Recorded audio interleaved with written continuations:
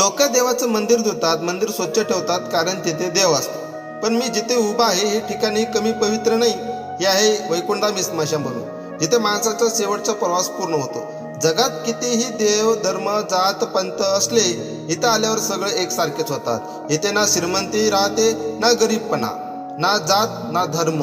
फक्त राहते ते माणुसकी आणि आठवणी. लोक मंदिरात येतील की नाही माहीत नाही, पण या ठिकाणी प्रत्येकालाच एक दिवस यावंच लागतं. इथे मानवी देहावर अंतिम संस्कार होतात. देह जळताना रक्त, पाणी, राख सगळं या भूमीत मिसळतं आणि जर का काळजी घेतली नाही तर इथे दुर्गंधी, घाण आणि अस्वच्छता निर्माण होते. म्हणून मी या ठिकाणी पाण्याने धुवून स्वच्छ करतो, कारण इथे येणारा प्रत्येक व्यक्तीचं दुःख आधीच खूप मोठं असतं. त्यात त्यांना घाण, वास, अस्वच्छता जाणू नये. इथे आल्यावर त्यांना शांतता आणि स्वच्छता जाणवली पाहिजे. माझ्यासाठी हे फक्त सफाई नाही, ही माझी सेवा आहे, माझी श्रद्धा आहे, माझं कर्तव्य आहे. मंदिरात देव